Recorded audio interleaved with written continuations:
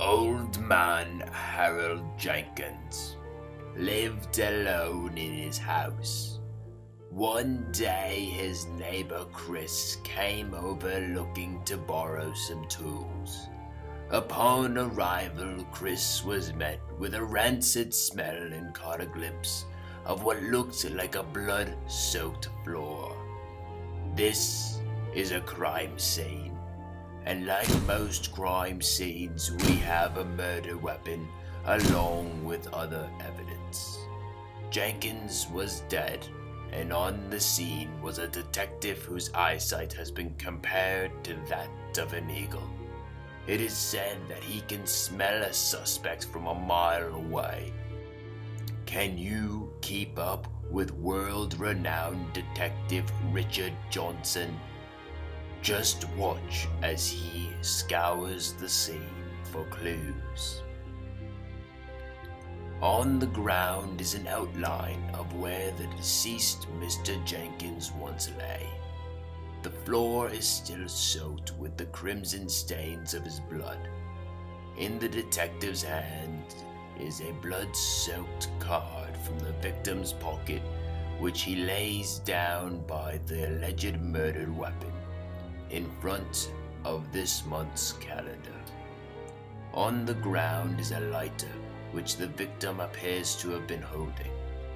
The counter holds a warm glass of milk seated by an unfinished pastry.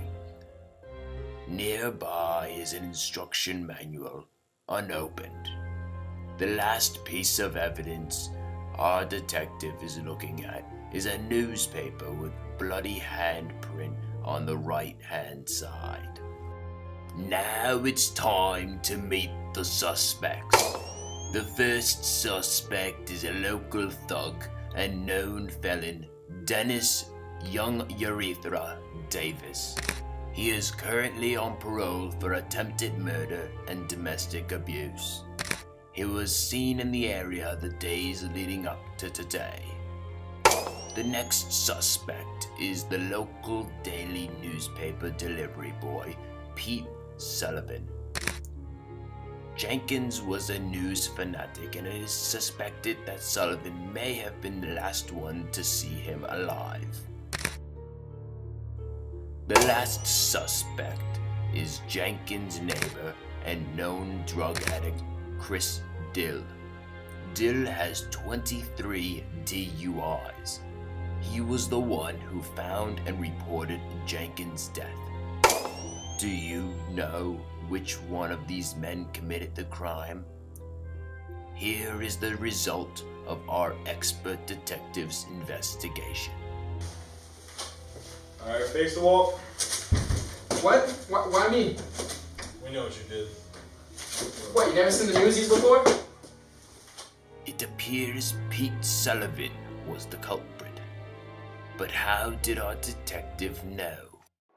Think back to what you saw. Did it have to do with the weapon? The pastry? Each piece of evidence was accounted for. Did the blood reveal any clues? Our detective saw it all, but did you?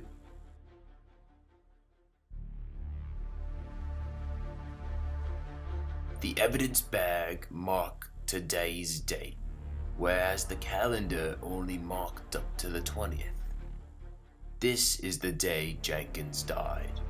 Finally, the newspaper was marked for the 20th as well, meaning that the delivery boy did not deliver for the past 5 days because he knew that there was no one there to read the paper.